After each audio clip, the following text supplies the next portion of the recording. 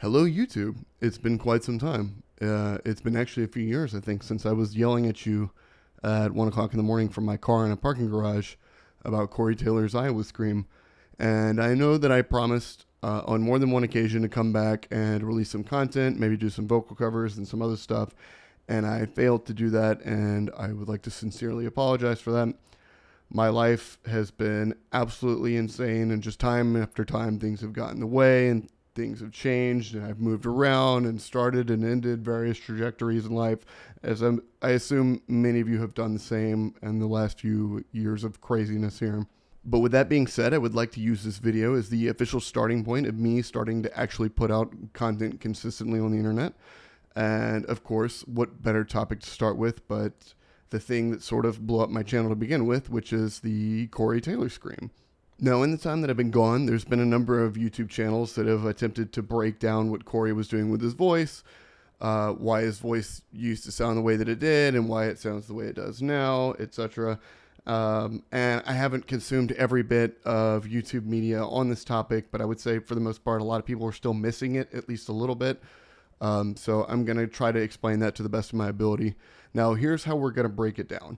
I'm going to show you pieces of media, sounds, videos of Corey screaming at various points in his career, because his voice has changed over time, and also he's changed his technique a couple of times, and I've broken it down basically into three different things that he's doing. So we're going to get into each one of those three different things with examples. I'm going to try to show you to the best of my ability how to do them, and demonstrate that. The goal for this video is to be the be-all, end-all sort of video for the discussion on Corey Taylor's Scream, specifically referring to what happened to his voice in 1999 to 2001, 2002. Now, speaking of that time, that's what we're going to start with chronologically, because the first Scream is the one that he does for the self-titled and the Iowa record cycles. Because it's the same Scream. The only difference that we're hearing is because of the changes that the Scream is having on his vocal cords. Now, unfortunately, we don't have any studio footage of Corey tracking the self-titled album, but if you go online, you can find footage of them playing live from 1999 and 2000, and you can hear the Scream, and I'll show it to you now. Listen.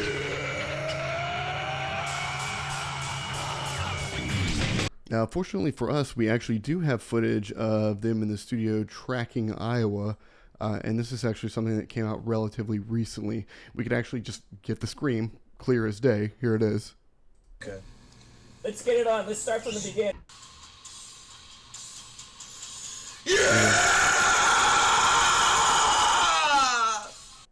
There you go. There it is. And then one other time in the studio, him working with a band named Slytherin, which are some kids. I don't think they're around anymore, but here it is.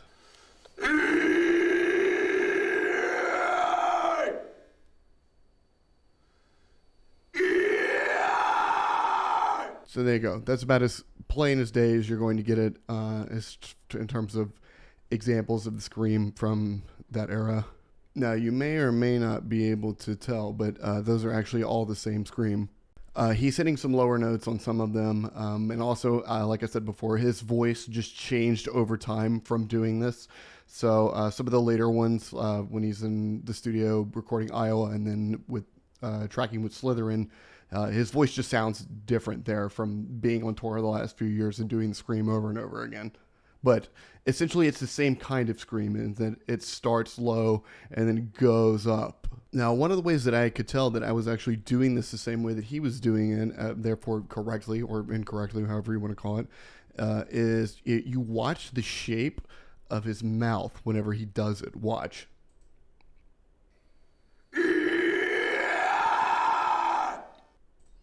Here, now I'm going to demonstrate it for you. Get back a little bit like he does in the studio because it's loud as fuck.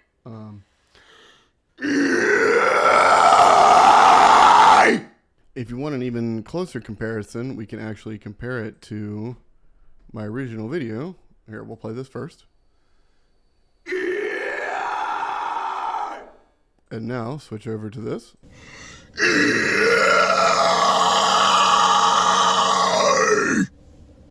So, as you may or may not be able to tell, the mouth movement is kind of the same. I can't make the scream without looking like that. I'm going to look like that every single time that I do it. And that's because of the force that it requires to actually produce that level of volume and airflow and sort of what's going on in here. Now, that is the scream from the first 2 records. That is the one that everyone wants. That's the one that everyone talks about. That's the scream right there. Because it changes whenever it goes into volume 3. You can tell in the studio recordings, and you can tell from the live performances all throughout the Volume 3 tour, and even the Stone Sour tours after that, the scream technique is completely different. The best way that I can explain it is if you can take a groan, like, and you really feel this grating right here, and you just push maximum force and airflow into that,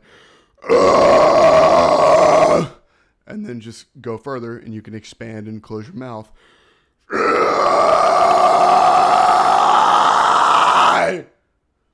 You can hear my voice even starts to fade a little bit because I'm not warmed up or anything. I'm just going into this raw, but you're just forcing everything against almost this bottleneck point, this point of grating sensation with the groan and giving it as much volume as possible. Now, as far as doing the lyrics and not just the growl, you're doing basically the same thing. You're pushing from the same point, but you're saying the words like, for an example, we'll do Disaster Piece. I want to slit your throat and fuck the wound! It's going to be just as loud. You're going to feel just as much grating here. You're using your actual voice. You are yelling with your actual voice. You're pushing with as much force as you can against this. That's it, man. That's 1999 to 2001. That's the scream. Now, before we move into the next era, there's a point that comes up pretty often that I want to address, which is the suggestion that one of the reasons he was able to do the scream, or is no longer able to do the scream, was because of drug and alcohol use and smoking. Now, smoking and drinking, just like carbonated beverages or eating really sodium-heavy food, can give you a little extra raspy edge to your voice and maybe cause some extra damage. Smoking and drinking are not the reasons that Corey was able to do the scream, or the reason that he lost the ability to do the scream. Just for a little peek behind the curtain of my personal life, I used to be someone with a horrific drug problem. Fortunately, that's not a part of my life anymore, and I'm at least a pseudo-functional, responsible human being, an adult. And I'm just as capable of doing the scream now as I was back then whenever I was using drugs. I also used to smoke quite heavily, and I quit many years ago. Also did not lose the ability to do the scream. Like I said, it may have given me some extra raspiness, maybe some extra edge, but if anything, it just made it hurt more. It certainly wasn't giving me the ability to do it, and leaving those things behind certainly didn't take that ability away. So I just wanted to get that out of the way before people pour out and start bringing that up again and again and again and again, because that's what happened. Ironically, for the live performances during the Volume 3 cycle, Corey was intentionally drinking excess coffee and smoking excess cigarettes to make his voice more gravelly for the live performance. And I believe that's because he couldn't do the scream anymore, or he was choosing not to do the scream anymore. So he was just trying to get his regular yell, not the self-titled Iowa scream, just the yell of his voice, which I'll explain later, to sound more gravelly, more guttural. And so he smoked more and drank more coffee to achieve this effect. Now, fast forward to Volume 3. They're in the studio, and Corey himself has said that he decided at some point during the recordings, because his voice was so shot, that he was going to change the technique that he was using for his scream. And actually, if you look on YouTube, you can find rehearsal footage of them rehearsing Vermillion, where he uses both the Iowa scream, the self-titled Iowa scream, and the newer one that he introduces, which I'll show you here.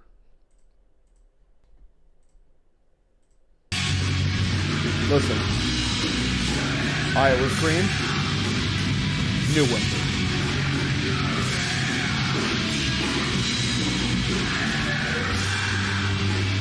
There you go. And there's the high-pitched one he introduces into a live setting later.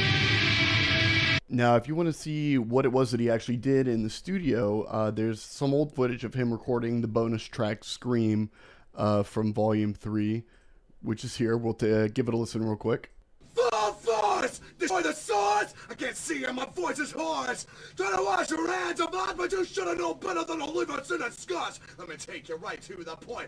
I am a dose in a case of this short! That does it, the time has arrived. Take it or leave it, you better decide! Now, as you can hear, that's not the same scream as the self-titled Iowa Scream. It doesn't have the guttural bass of it, of him pushing that. It sounds more like a regular person yelling, and then I've heard people say that it's a yell, and he's slightly engaging his false chord. I'm not familiar with the mechanistic terminology of vocal mechanics or anything like that, so that may or may not be true. But it sounds like basically a regular yell that he's adding distortion to, and he's pushing just a little bit, and it's causing it to break, which gives it that high-pitched sort of. Now, given that he doesn't really get the Iowa self-titled scream back, he still uses that sort of yell today. It's changed a little bit over time, but I'll show you in just a second that he uses it on the All Hope Is Gone record as well. It's just a yell with some distortion added to it. He just there's more bottom into it. It sounds a little more guttural. So it almost is like it's teasing a return to form of the scream that we want, but it's not really there. It's not the same thing. This is a different kind of scream. So I'll show you. If you listen to the vocal tracks for Psychosocial here, you'll see what I'm talking about. I did my time, and I went out, so if you say I'm afraid, it doesn't cut. So, the self-titled Iowa Scream is not back. This is the second Scream that I'm talking about, the yell with the distortion. It's just a little bassier, a little more powerful, a little more guttural than it was on Volume 3. And I can demonstrate this sort of yell just to confirm absolutely that it's not at all the same Scream that he uses on the first two records. I did my time, and I went out! It's a completely different scream. You can add some guttural sounds to it. You can make it a little lower pitched, and it can sound pretty good. But it's not the same. It's not the. It's just not the same thing at all. Now, if we fast forward to the Gray chapter, We Are Not Your Kind, and the upcoming record, that's whenever it gets interesting. It becomes a little more difficult to really understand what Corey is doing at this point, because his voice has changed so much over the years from screaming. He's adjusted techniques. He's changed bits here and there. And what I really think is going on at this point is that it's a combination of both of the screams that we just went over. So he takes the yell that we were just talking about, just with the added guttural component to it. He adds as much oomph and guttural to it as much as possible, and he attempts to do the original scream from back in the day, but because of the damage that's done to his voice and the way that it's changed over the years, it just doesn't quite sound the same. And to back this up, I'll give you an example of what it is that I'm talking about so you can hear it. So if we take a listen to the breakdown in Unsainted, you'll hear what I'm talking about. Listen.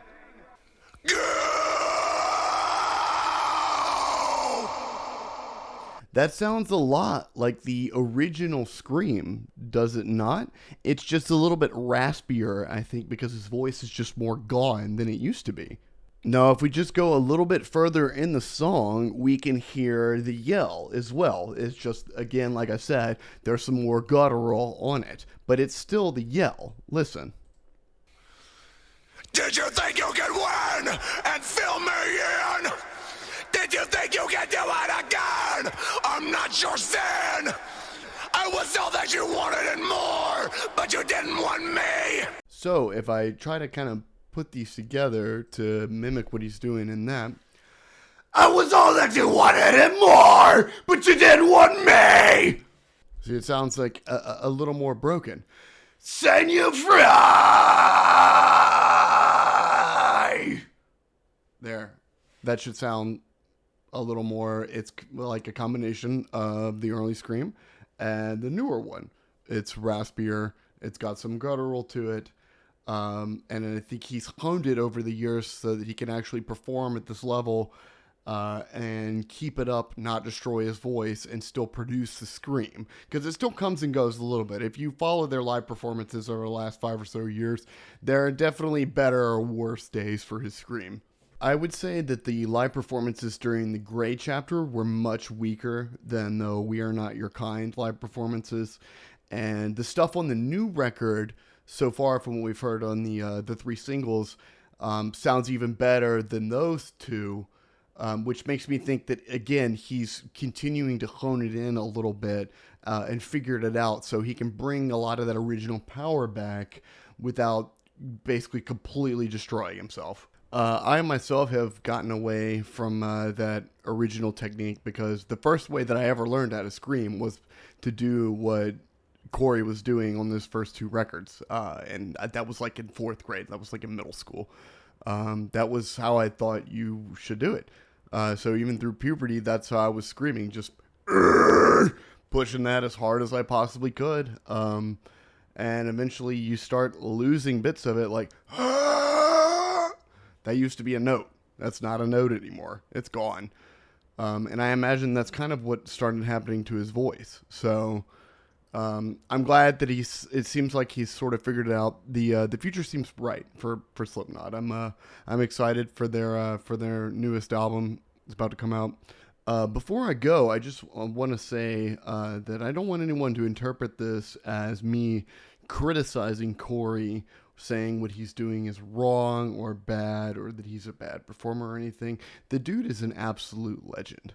I may not be in love with Slipknot as much as I was whenever I was a kid, but this band got me into heavy music. They were the gateway for me.